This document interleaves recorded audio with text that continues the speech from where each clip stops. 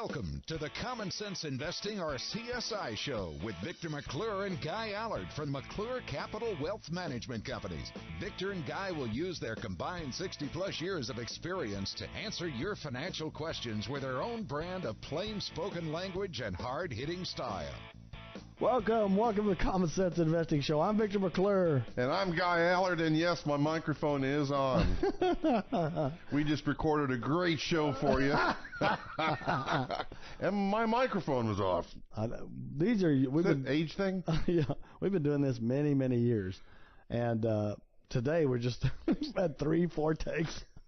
We start laughing or something comes out. We've done whole shows in the past when Sterling would forget to turn something, like the whole thing was not recorded. Oh, I know. It was like, oh. Now, what we were laughing about earlier is our assistant. That you didn't hear. When you're younger, you think your parents are just old as crap. I mean, they're just old. My dad took his shirt off when we were doing at a Cedar Creek Lake at the yard, and I was like, Dad, what are you doing? Put your shirt on, old man. What are you doing? We're doing wheelbarrows around. Well, I think he was about 38 at the time, maybe 40. But I thought, oh my God, how disgusting. Some old guy with a shirt off out here. Same thing. Sarah said that I know you're in your 60s, but I don't know what your birthday's coming up in a couple of weeks. What age are you going to turn? Well, and apparently that wasn't bad enough of an insult. When I assured her I was born in the 60s, she thought I was lying and had to check the file. Yes, No, I'm quite sure it was 1960. She had to go open the personnel file to make sure, because I know you're in your 60s. That's right. Well, it's an intelligence wisdom thing. The older you get, the more wisdom you have. It is funny. We were talking earlier, one of the funniest scenes in a movie that I liked is an old medieval knights deal, and this battle-scarred veteran with scars across his face and his shoulders not working is talking to some younger whippersnapper at the blacksmith that was chomping at the bit to get out and battle, and he looked at the kid and he says, "Son, nothing harder on you than time." That's right. I think he used the F word, didn't he? He did use the F word, but I wanted to clean it up. He used the S word. See, but same thing.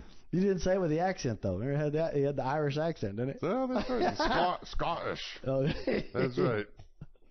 I know. I can't. That's what I remember I looked up the McClure heritage, and I was thinking, there's going to be some kings and queens in there, I'm sure. I've got royalty. Maybe it's some land over in England or Ireland or something. It's a blue blood. Pretty much now. How far did you go back? Pretty far back. So you were able the highest I could get is an archer.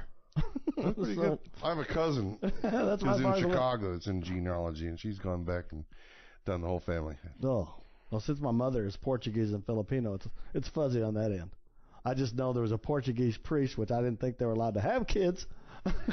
But apparently, they're still doing the thing to get kids, because, I don't know, I might be cursed. I believe my grandfather's mother's name was Katie O'Ryan. That's pretty Irish. Pretty Irish, yeah. Pretty Irish. No, I looked at one thing. It was it's about red hair. No. I was looking at one thing. It said there's more people of Irish descent in Texas than Ireland. There's more Puerto Ricans in New York than Puerto Rico. I was like, that's interesting. I bet there's more Texans in St. Croix than there are St. Croixans. Dallas only, almost 8 million people in just Dallas. Yeah. That potato famine or whatever. Oh, that's right. A lot of Irish people came through. Hey, a lot of them didn't get off the boat. They were right in the Union Army, weren't they? They just signed Unless they come in the South. They were signed, that's right. They signed them up and shipped them out. Yeah. And they probably were happy to get 4 meals or 3 meals and a cot. That's good times. Good times. Oh, you got a splinter? Cut the leg off. Oh, gee. No. Oh, yeah, right. Wounds in the Civil War were I'll be like, I'm fine. I don't need a doctor. I'll be just fine. Put some dirt in it. No, we're talking about the return to the market. Or the volatility of the market. Yeah, the volatility of the market. What happens is last year, every call was about the stock market that we're getting. This year, most of the calls are about annuities.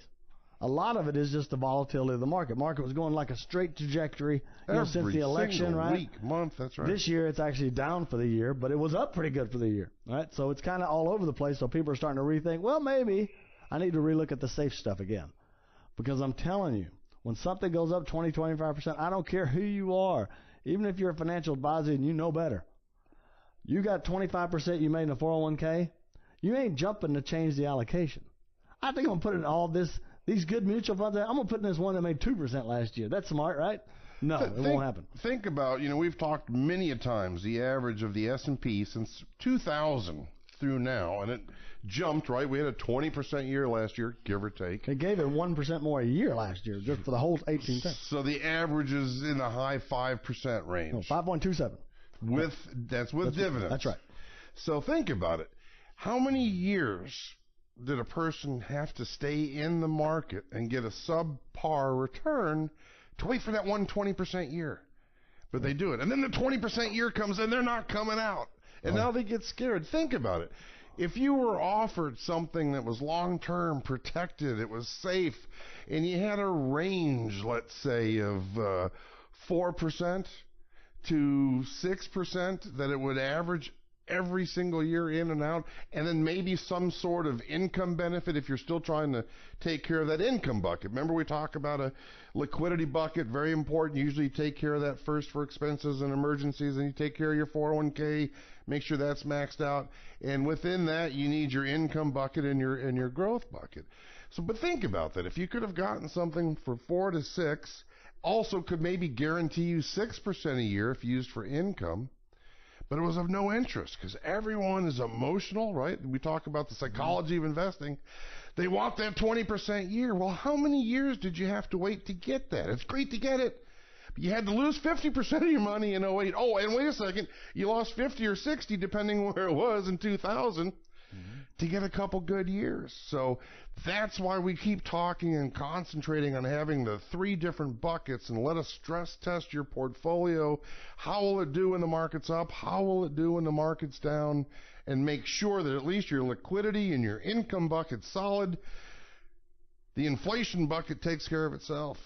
Yeah, you got it's just hard for you. Remember we talked about when the PE ratio, which is the price earnings ratio. It's basically taking the price of all the outstanding stock. Which price earnings ratio are you using? Forward? Forward like a Schiller. That's both one. But anytime it gets above 30, right, it's gotten there several times. The preceding 15 years, the best return we've ever achieved, is 2.4% a year. And if that's the case, it makes sense if you think about it. Right now, you're buying a company that takes 32 years to get your money back. Who would buy that company? Would you buy a lawn service? All right, I'm going to take over this guy's lawn stuff, and in 32 years, baby, I'll be in the profit. Doesn't even make sense. But what happens with public stocks, they're liquid, very liquid. And so you don't have to work. You don't have to put 40 hours a week in to get it. 14, 15 is still high, but it's normal. Well, if you're buying a small business, you buy 2 or 3, about maybe they used to be up to 7. People brought that back down. And 5 was kind of a good number, right? But think about it. Would you buy anything that took you 30 years to get your money back? Ever? I mean, can you imagine? But that's what it is. That's exactly what the S&P 500 is right now. Now, some people might argue, well, in Ford, we think of things like Google and Amazon. They had really high PE ratio, and it was more of a they were going to be at that level, which they're getting there. But that happens. But it's rare. Really rare. And everyone thinks in the old days in terms of successful stock markets like the Eastman Kodak and Coca-Cola and, the IBMs and the AT&Ts and the ones that have done really good long term. But the problem is we're diversified nowadays. And I've actually know people, money managers, that would call it diversification based on a study by Harvard where if you had, and I don't have the number exactly right, but if you had more than like 100 companies or more than like 50 companies, you didn't need more diversification. It actually would ensure that you will have a moderate to low performing portfolio. Yeah, I disagree with that. Well, and you can. Because I've heard it like they want to concentrate, because you can't get, a lot of times you can't get enough industries. But, well. Or globally. I've seen the study. I think you should write the letter to Harvard and say, that's right. Hello, Mr. Harvard professor. That's Do you right. realize who I am? We've talked about it. I heard it's very difficult. You have to know a senator, have a lot of money or so. Very difficult to get into Harvard, but it's pretty easy to get out, right? To graduate. Nobody fails Harvard. That's right. That's the way it is. But a lot of it is everything in the market, no matter what you do, it's risk reward. We've talked about it the last few months. Once the Fed funds rate got to 0, and 10-year bonds weren't paying anything, 2 or 3%, they're not really giving me much reward for the potential risk you have. Because remember, interest rates go up, bonds go down. And that's why bonds haven't made anything in the last year. That's right. All right, so I don't like anything that has no potential upside and has a lot of downside. By the way, 10-year bonds not 3%. Oh, yeah. Now you got the stock market. Historically, those numbers you've heard, 10% return, half of that was dividends. The average dividend up until, the 90s maybe was like 5%. So you had capital appreciation of 5% and a dividend of 5%. So what dividends now are less than 2%. So if we go on that same trajectory, you say a 7% average maybe, right? The problem is that's not having 9 years in a row going up before that. So that's why your preceding 15 years has never in history made more than 2.4% for 15 years. Does that mean I'm selling my stocks? No. No, absolutely not. But am I going to get my balances right, my allocation correct? I may put a little more in the income side because right now the future for your things doesn't look as bright, even though, look, all the earnings are coming in great right now. Last year they were coming in okay. They're coming in great now, and the market's down for the year. It's because it got too expensive. And who knows? I'm not a gloom and doom, it's going to crash kind of person. Yeah. The banks have more money than they've ever had in history. Corporations have more money than ever have. A lot with the Obamacare and taxation was up in the air, so they weren't respending their money like they should, growing and all that. So they got a lot of cash. So my point there is companies are much more equipped to handle adversity than they were in 19 or even in 2005, 7, 8, whatever. So I don't think it's going to be a 50%. It could be, but 20, 30%, sure, absolutely. And we got some banks in trouble. Deutsche Bank right now is having issues. Wells Fargo, who just got fined, $1 billion, is now back on the hot seat because they were forcing their customers out of 401ks into IRAs. It's just starting that process, but it just makes you wonder whose interests they have. I mean, there's supposed to be a fiduciary somewhere, isn't there? No, I remember I had a client. It was a radio caller a few years ago. Said, I just don't know if I'd be with you guys. I want to be with the company I've heard of and blah, blah. I said, we've been around 30 years. They go, yeah, but this other one, Wells Fargo's been around 100 years ago. Yeah. And them paying the $1 billion fine for screwing people. Merrill Lynch paying billions of dollars in fine. Every one of those major players, pretty much every one, pays billions in fines, hundreds of millions of dollars in fines for screwing people, overcharging them, this and that. The ones that don't, I haven't never heard Fidelity. That's where we keep our managed accounts. Vanguard, Bogle, those guys. Vanguard seems good. Yep. But a lot of these firms that a lot of people go to because they feel comfortable there are the ones screwing everybody. My favorite one, been in business a long time, I don't think has had any complaints, would be McClure Capital. Formerly known as Dillon Gage. That's right. Yep. But that's I think they're located at the Star. But even then, I'm not, this isn't going to be a Bertie Madoff thing. Our money's in Fidelity. We manage your assets at Fidelity. If you do annuities, obviously it's with an insurance company. Well, let's talk a little bit about those. I just wanted to give you the reason why they're coming back into favor. Last year, everything stock market because it's making 20%. And you're hearing a lot of commercials about them now. They're all because firing them back up again. Yeah, everyone's firing them back up again. The one thing to remember, if anybody tells you can beat your 401k or you can do this instead of your 401k, don't ever talk to them again. Do not call them. Yeah. They're not looking out for you. They're just trying to sell you an annuity or a life insurance policy. I will say this in their defense. The bank on yourself one is one you hear about. Quit investing in your 401k. That's wrong. It's a bad approach. What they offer is a life insurance deal, and you can get tax-free money, which is borrowing it from yourself. The program itself can be good, but it's not a one-size-fits-all, and that's what these companies do. No matter what your needs are, if you call them, what are they going to offer you? And life insurance. Yeah, we've done some of those work in certain situations. The problem is they're selling them as a 401k alternative, right. which makes you crooked in my book.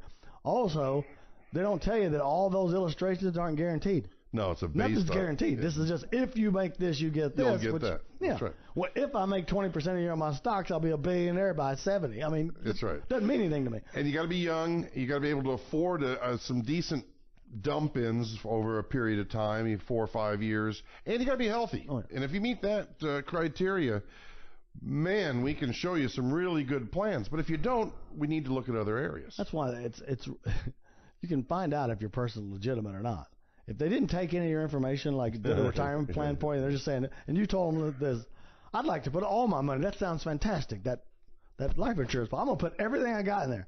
And they say, well, that sounds great. Yeah. They do it in a second. That's right. You're not talking to a financial advisor. There's actually a new law going through the SEC right now. Finally, after all this, that you can't call yourself a financial advisor anymore unless you actually are. You know, you got me thinking about it, because we have, even on, Victor and I have got compliance, we're licensed, we're registered investment advisors, fiduciary, all that stuff. But even with all that, I'm wondering if there is any oversight on what percent you put into a life insurance policy. You would think there is. Not a lot. I don't think so. No? Not a lot. Even by the state? There's some, but it's more lax. Right. There's definitely some. Right. There's still suitability standards. So they could get away with it. Oh, yeah. All right. But that's why you got the private deals. Now, one of those real estate deals, I've just heard a commercial. This is a 20% interest unit. I'm like, really? Nice. Hell yeah. Do you have a 25% interest unit? And I promise you, call them up and say, I've got $1 million. I was going to leave out $5. Just for some spending money. I'm going to put $9 million in that thing, because that sounds fantastic. Right. And I need the $200,000 a year. They'll tell you, why do you need the 5? Put the whole million here. What are you thinking? You crazy? No, what you'll find is that if he's a smart crook, he go, no, leave 100 out, just in case. He'll take your 900, which is ridiculous. Ask him if he knows about the 3-bucket theory and what his thoughts are on that. That's real simple. You ever see anybody that tells you to take more than 10% of your money and have any kind of private investment or anything else? That's ridiculous. Now, if they spend 10% in a fixed annuity or 10% in stocks, of course, that's normal. I'm talking about something that's so risky and unregistered. The people could have got out of the pen after 40 years and become the biggest life settlement salesman. Oh, yeah. Real estate partnership salesman. Well, all of those things, there's no license, no law. It's the Old West. And by the way, while you're signing their forms, you're signing your accredited investor, which means you can't even sue them because you're an accredited investor. I had a client, against my advice, went ahead and did some life settlement because the salesmen are very good. Right. The percentage, the rate of return is high. They don't have to tell the truth. They're not licensed. I know. And the rate of return is intoxicating. It's high. And the problem with the life settlements, you're buying life insurance policies on someone that's going to pass away. It used to be AIDS victims or somebody that had a defined period where they weren't going to live very long, which is kind of morbid. But they didn't put enough money away. You've got to keep, if you don't make the premiums and keep these in force, they expire worthless and you don't get anything back. So they didn't have enough socked away. So I was talking with her not too long ago, and I was asking her, well, as long as, yes, I know it's not good, but as long as you keep making the payments, eventually they'll die. How morbid is that? And she goes, well, guys, she goes, they've actually stole some of the money, didn't actually get into the policies or buy the pool of settlements, and they're going to jail. No regulation, no law. Yeah. You're getting screwed. Yeah. So even if they have good intentions at the beginning, you're getting screwed. That's just the way it is. That's right. I mean, we've been doing this 30 years each. We've never seen one work. Eventually, they always get screwed. Now, some of the people got in originally maybe got some money out, or they got just their money back. But those big returns they promised, I've never seen that. 90% lose their money. All the money managers and the people selling books to manage their program. There's one on TV now. Some retirement guy put $10,000 into his trading program. Apparently, he's won some tournament or competition 4 or 5 years in a row now, I see. And he's turned it into income of $400,000 a year. Oh. My Lord, I'd like 2 of those, please. There's on the radio right now. That's what I'm talking about. You can retire at any age with $100,000 or $25,000, something ridiculous. That's what I'm talking about. I mean, just some BS. Oh, absolutely, we're going to make 6 to 12, 15% a month, and you're going to be too rich. Not even. I'm like, get the hell out. You're going to get tired of winning. I had to do it. I promise. They'll always have somebody. Yes, I'm 24. I blah blah blah, and I just started doing this trading program, and oh my gosh, I'm worth $50 million. Something. Yeah. They didn't tell you about the 9,000 of them that went broke. And they charge like $3,000 just to get their program, which is bogus. Right. I'm like, oh my gosh. Well, let's talk about something that is alternatives, some guarantees. Remember our thoughts on variable annuities. There's only a couple of them that I'd even look at. Crap. All the rest are crap. Not that they don't offer benefits. They're legitimate investments. Don't mistake a variable annuity with a life settlement or one of these real estate deals. They are legitimate. The problem is 4 or 5% in fees. A medium one might be 4. You might maybe get one for 2.5, which used to be the high. Well, they started adding these riders and added on another 1.5. And they actually, if you look at their fee structure, they might have a current fee structure, and they can raise it another 1 or 2 point at their discretion. Yeah. You could be in it 10 years, they just double your damn fee. And the benefits that they used to sell on them were legitimate benefits, but you had creditor protection, especially in Texas, unlimited amount, you wouldn't be sued. So doctors, people had high liability, it was good. And it was tax deferred. You do have to pay taxes when you take your money out, but you don't have to pay taxes each year or phantom tax or anything like that and when it was accruing, but you paid too much. You paid the insurance company their fees, and that's even if you didn't get riders, and then expenses, and then you'd pay the mutual fund companies within those for managing, because they're not going to manage them for free, so you had double fees, and then you had companies, again with the IRA stuff, taking money out of your IRA. Well, there's no advantage to that to pay the fees because it's already tax deferred, correct? So half the benefits are gone, so there's a better way, and I think you were leading into that. Well, the only ones I would look at on the variable annuity side, maybe the TIAA CREF, Vanguard, because they have them pretty low fee, like 0.5% or so. It's pretty low in the variable annuity world, but there's no guarantees. You're just doing it for the tax deferred judgment proof, which is still better than nothing if you're a doctor out there. And market participant, yeah. So those, if you're going to do the variable annuity side, you just have to be willing to assume the entire risk of the market. You're not looking for any guarantees. You're just looking to get some judgment proof and avoid probate and all that kind of stuff. Those are about the only ones.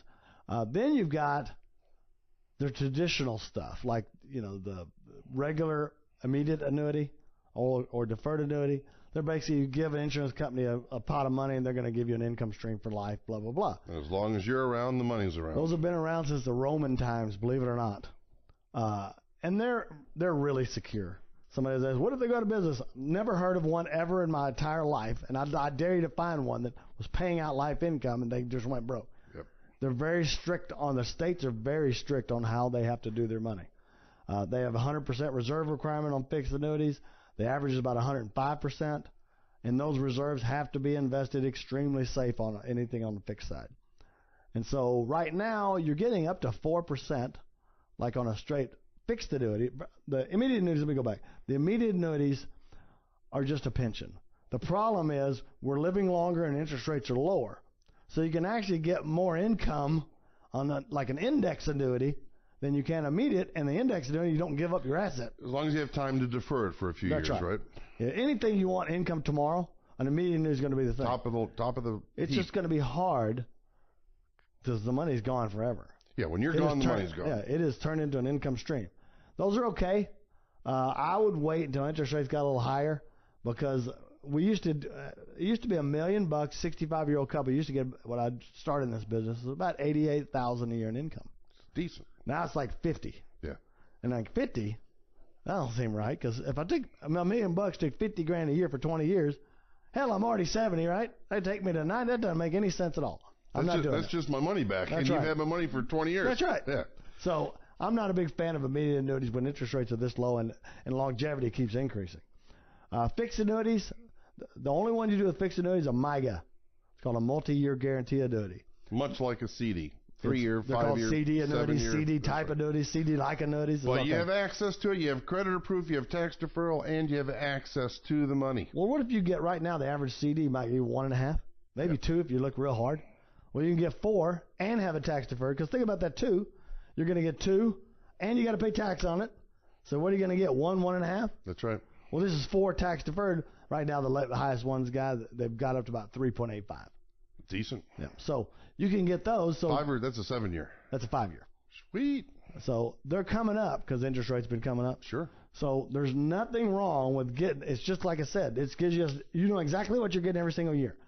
The only difference is on a CD, sometimes you have a 6-month interest penalty, and on a fixed annuity, you could have a higher penalty than that. So the best ones right now are your CD type, or called MIGAs, multi-year guarantee annuities. Don't do the other ones. The other ones basically will give you, I want to give you 7% this year, and then it's going to float with the market Yeah. You know, so and think about it, interest rates going up, that might make sense, right? Yep. It never makes sense. Because what happens is they'll give you the minimum for that remaining 4 years. You can almost guarantee it. Because think about it, they pay the brokers like twice as much on those than they do the MIGAs, and so they got to make that up plus the extra that they gave you.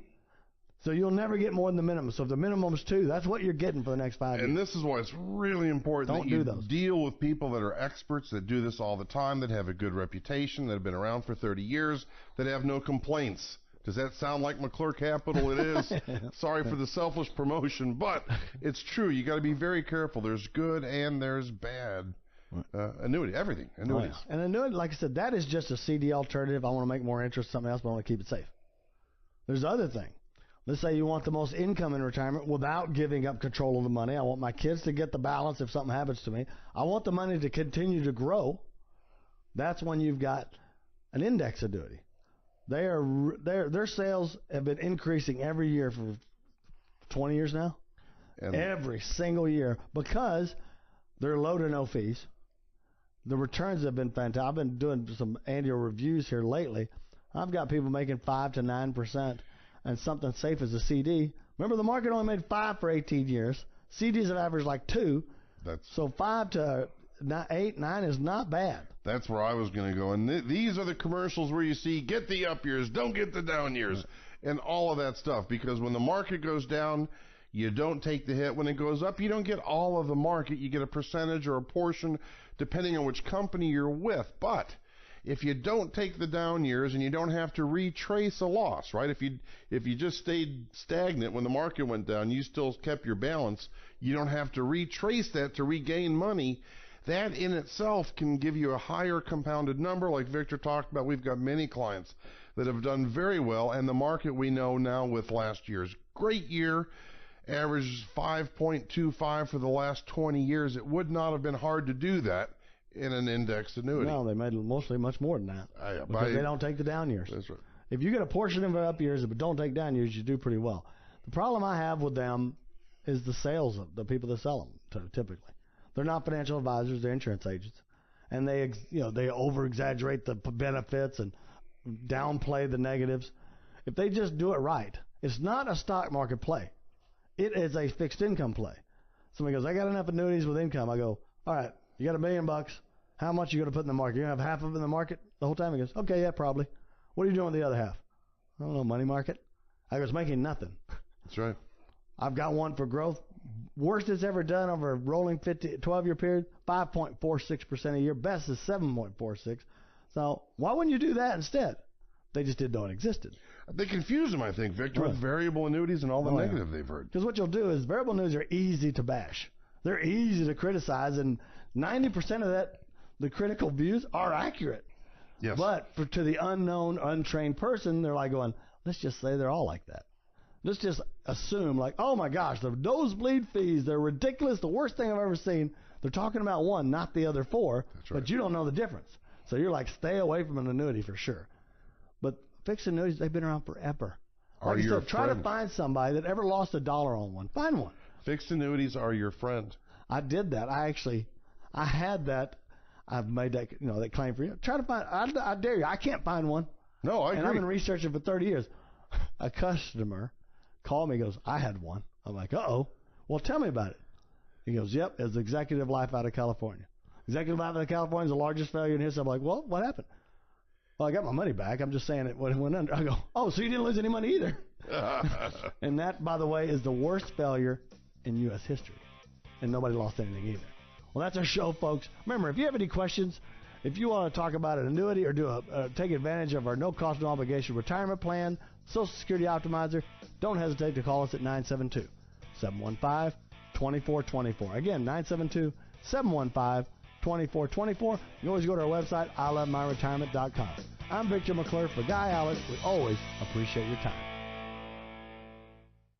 The preceding show is paid for by McClure Capital and is for informational purposes only and not a solicitation or representation of any particular investment product or service. Any views and opinions do not constitute financial, legal, or tax advice.